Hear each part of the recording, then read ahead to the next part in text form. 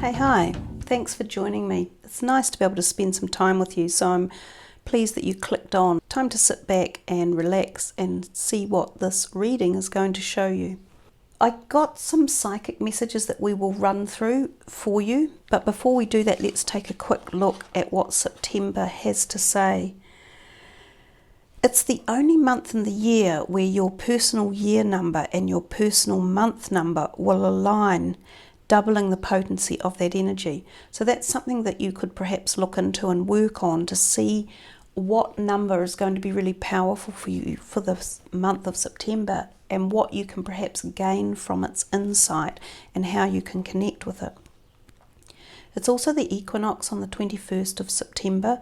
This can create quite a lot of turbulence, both on the planet and within us, and even in the astrology, if you like.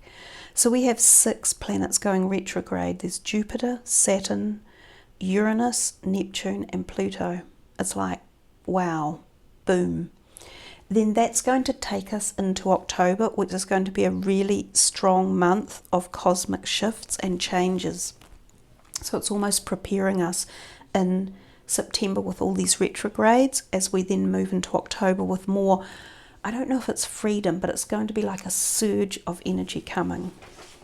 So coming back to the messages I got for you, it was really interesting. It seemed to fit the Capricorn energy so much. It was all about being grounded and practical, which is what I usually think of you guys. It says you're being asked to focus. And with focus, we find clarity and greater connection. We find strength, and within all of those perspectives or aspects, we find answers. These may take you far. Your mind is your greatest asset this month, moving forward. So somehow, if you focus on what it is that is either troubling you or bothering you, or how you want to succeed, or what answers you're looking for, focus will be your best way forward. So with that in mind, let's start shuffling and seeing what is in store for you. I'll just pull that back a bit. For September 2021, we've got a whole bunch out and another one. Queen of Rods, 9 of Rods, the Death. I don't know how many times the Death card has come out now, but it's a lot. The Tower, the Sun, the 5 of Pentacles, the 7 of Pentacles, and the 9, the Wish card. What a lot of cards you have that are telling different stories. I'm just getting them all organised here. Okay, so 8 in total. 1, 2, 3 major arcanas, 2 pentacles, 2 rods or wands, and a cup. You've got 2 really favourite cards that have turned up, the Sun and the Wish card. Everyone loves them, and they're great when they come in a reading. You've got 2 that may be the least favourite, the Death and the Tower card. So these are fairly big up here, and they've come in together. They represent quite a powerful set of energies coming, and so does the Sun.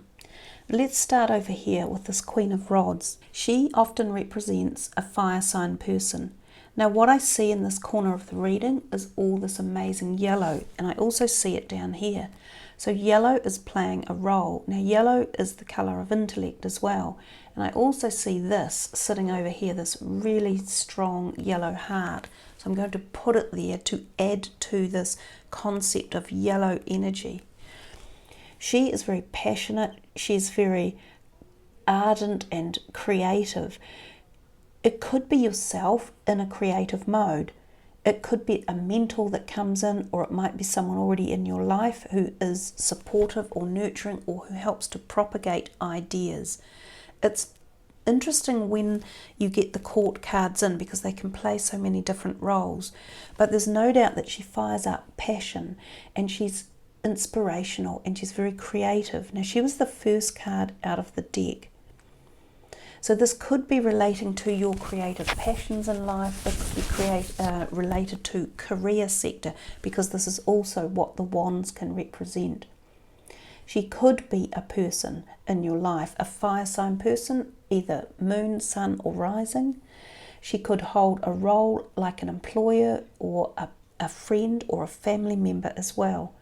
So why did she come in as such a main figure? We might find that out as we move through the reading. She could be a new love interest for some of you as well. We come to this one here, the Nine of Wands. The two of these two are together. Now the Nine of Wands is often about feeling as though you've had to stand your ground over something, like there's been this long road of hard work, and that you could be even frustrated or flabbergasted by a demand that's been on you, whether it's physical or mind demand, or whether it's been a lack of people accepting something that your ideas you're wanting to put forward. It's like you're butting your head up against a brick wall sometimes when this card comes out. But the whole point of it is to say, don't give up. You're nearly at this junction point of success, and he's looking directly at her, and she is success. So it's firing up this energy field of power and success. And underneath we have the sun, which also is doing the same. You look at this hot, hot, bright sun, and you see power and passion within it. And even down here, these two are passionate about each other. So the word passion seems to come into things here. The sun is also possibly new love interests, or the redemption of a romance, or the remaking of it, the instigation of something new within a current one. It can be conception, fertility. This can also be conception, fertility. So conceiving something, whether it be a pregnancy for some people, which it could be, even the birth of a baby in September within a family member or friends or yourself. It can be a period of fertility, so a cycle of fertile energy, and that's concepts of ideas as well. And this is this beautiful yellow heart that is playing into this energy field, creating more power and passion, and also love and harmony. The sun kind of gives support to all other cards as well. This one says, don't give up this quest that you're on. If you've been finding at work in particular that you may have wanted a promotion or a pay rise or something else, and it may have been difficult or arduous, it should be starting to free itself up, or there's room for more movement, or there's room for ideas to be accepted at this point. Then we come to the Death, which really is rebirth, and this is seeing something new, moving into a new paradigm, feeling new energy or strength, being passionate about something that it takes you into this new field, dropping something old off. Now, the Tower is very much the same. It's reorganizing something so that it no longer is weak. It's restructuring, making something stronger. It's rebirthing something. Now, for some of you, this could have even been a health cycle, like a physical health cycle. You may have been in a period of flux or ill health, and it might be that it's time to be rebirthed into something stronger. You may find yourself seeking modalities on how to change a health problem. It might be that a health cycle is coming to an end and you are being freed up from something. This could be a very karmic thing going on here that could be going back lifetimes. It might be insinuating family karma. It might be that karma has struck and you are being freed up of being tied into something that has held you back for a long time. And again, this could be past lifetimes. So when you get cards that are this intense that come in together, there's a very deep structural meaning that could be going on, but then this could be more surface as well. And because this is a general reading, it's hard to know who it's talking to and exactly how deep it wants to go, or is it just more directly on the surface. The Tower can really represent big arguments as well, so having a flare up with someone and separating, like boom, I've seen it happen before. It's happened to me actually, and it can be family members or close friends, or it can be happening at work as well. If you don't want to be involved in the energies of the Tower, then watch out. It gives you forewarning that something might be very turbulent in the month, and if you want to avoid it, then keep your mouth buttoned up. Don't get into fights, avoid saying the wrong thing to the wrong people. Don't be cajoled by people saying stuff to you, because it's likely that you could flare up at this time and answer them back and just get into this wild fight. And yes, it may be helpful, and yes, it may get rid of this unbalanced energy, but it will change things dramatically if it happens in that fashion. And maybe that's what the two of them are also insinuating, that there is a big change coming in the structure of your current relationships, and that something just boom breaks apart. And it's fine, because it then rebalances everything out and you start afresh. And you were lucky because you had this beautiful sun card come out after it, as if to say the sun always comes out after a thunderstorm. It always replaces this turbulent energy, and we are gifted the sun again to either restart, or to feel more potent, or to feel more powerful, or to feel the healing energy, or however you want to look at it.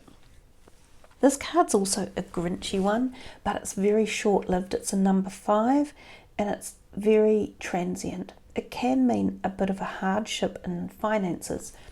And it's next to this one here, which is all about prudence in saving, or understanding that things take time. So if you were wanting something quick, if you're wanting quick money, or a quick pay rise, or a quick this, or a yeah, it's not going to happen when these two cards turn up. It's suggesting to you to just go slow and pay dividends, or pay close watch to how you spend your money or how you've invested it. You may even find in the month of September that you're a bit in a shortfall. Perhaps you are short paid, or you've got debtors outstanding who aren't paying their money, something along those lines. It's not a major, this is transient, it's short term. This one is more about making sure you do the right things with your money, and look at the long-term picture. Think about things that are greater than just the day ahead, or the week ahead, or this position right here. This card can also represent feeling a bit unwell, fluish, even a hurt bone. You might fall or sprain your ankle, trip over something. You could also, flu feeling. Sometimes the separation of a partnership can be indicated when this card is around. Again, it's a temporary, fleeting feeling, because something else seems to take its place and fill the void. It can be a feeling of being left out of a community as well, but again, temporary, and that could be associated with this Tower up here.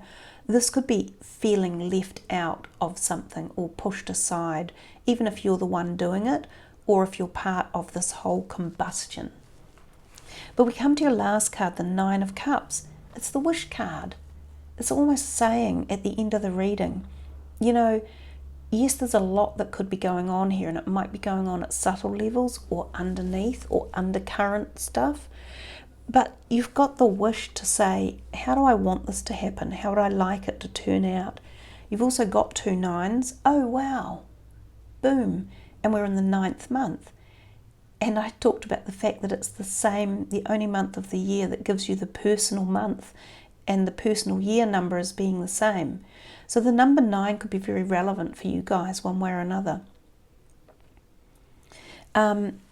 Ponder upon this wish card, focus on it, think about it, dream it into action, and power it up with the sun. And that should enable you to progress through issues that might be quite powerful and might be quite dominant in the month of September. It's sort of up to you how you establish what you want to do with them and how you want to move forward. So with that in mind, let's just take a card from the Keepers of the Light deck and see what a final message might be. Oh, they've come out really quickly for you. Faith, humanity and benevolence. She's holding the heart centered there. stay calm. Yeah, what is that saying? Stay calm and carry on. Stay calm, trust the good in yourself and others, and see the light in the world. And what are we positioned next to? The sun, which is the light in the world, and all this beautiful yellow. So there's a lot of yellow contemplation and energy in your reading. One more for Capricorn. This one. Hilarion. Divine healing. Honour your sensitivity. Retreat to recharge and heal. Your light can support others. So yeah, you're getting the message there, but to have faith if there's something going on in the background, that there's healing taking place, and it is time possibly for you to recharge and heal as you move into the new perspective or persona that you are choosing yourself at your soul level. Remember, we always choose these experiences to go through. So you have faith in Hilarion that you can call upon for the month of September at any time with their green and blue energies, and both of them are activating the heart as well. So plenty of heart, love and power within the reading. So thank you for joining me. I wish you much faith and divine healing and love for September. Namaste.